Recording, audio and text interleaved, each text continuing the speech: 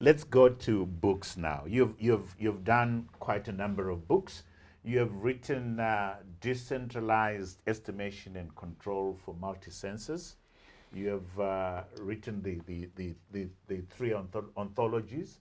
The economic. This is one of the books that inspires you, isn't it?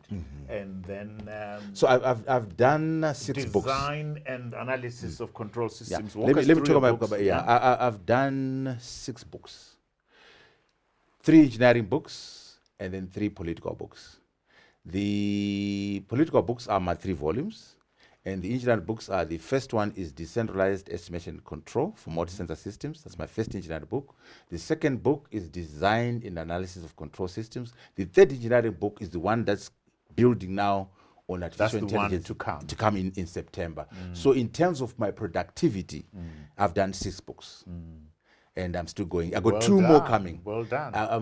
My target is 8. I got 2 more in the making. Wonderful. Shall we go to the books that Inspire you? Yeah. You are at liberty to do 2 or 3 or 4. Which sure, one? yeah. Shall we go walk through over them?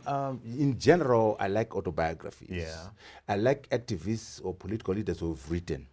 You know, Malcolm X, you know, the Panthers, the Black Liberation Movement, Yeah. Angela Davis, Che Guevara, Castro to some extent. Any specific book about from Angela Davis? Oh, there's a good book that has just come out in 2022 called it's on the prison system, Abolition, Feminism Now.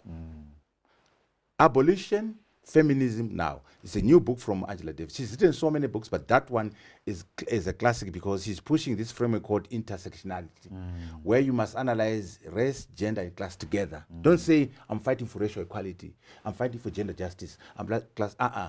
They are connected, they're interrelated. Intersectionality. And she's targeting the prison industrial complex. But it's called Abolition, Feminism Now. But my 3 books that I want to please, push let's go there. to your viewers. There's a book called Rewired.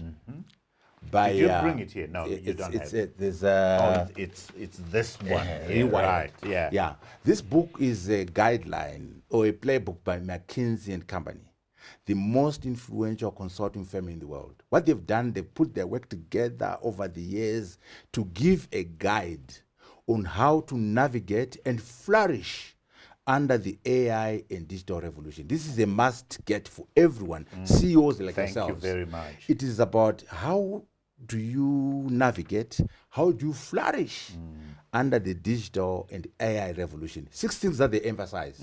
1, you must have a transformation roadmap for your AI strategy. You must think about talent. You must have a talent strategy to get talent and keep talent. Number 3, you need a new operating model under AI and digital. Number 4, data. You need data and analytics. Data must be everywhere in the organization. Data must be usable.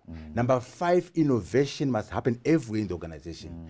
Distributed technologies that allow you to have innovation. Number 6, you must have effective adoption of technology leading to scaling.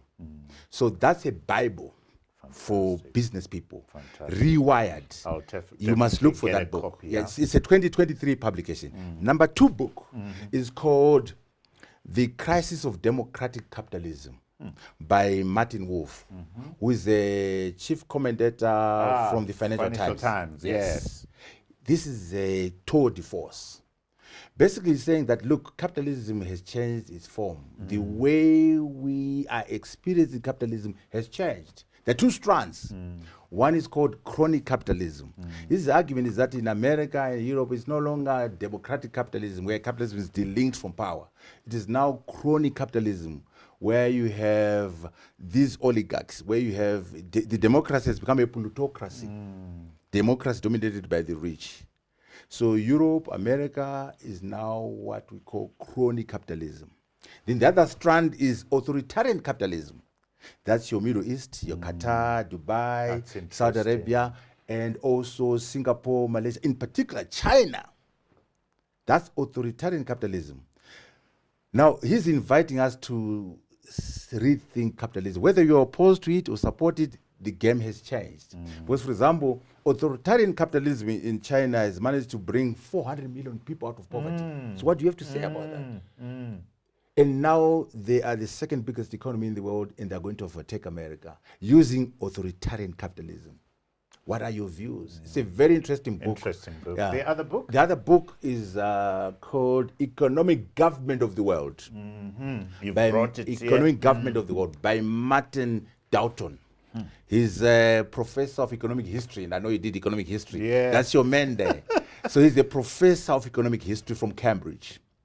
He's looked at how the world has been governed from 1933 to 2023. 90 years of the management of the world in terms of the economy. The Depression, the Second World War, the post-Second World War, IMF, World Bank, the UN, globalization, climate change, how the big powers have influenced the events from 1933 to 2023, and also the issue of the global south. Can we have a just and equitable globalization? Can we have globalization that benefit the poor?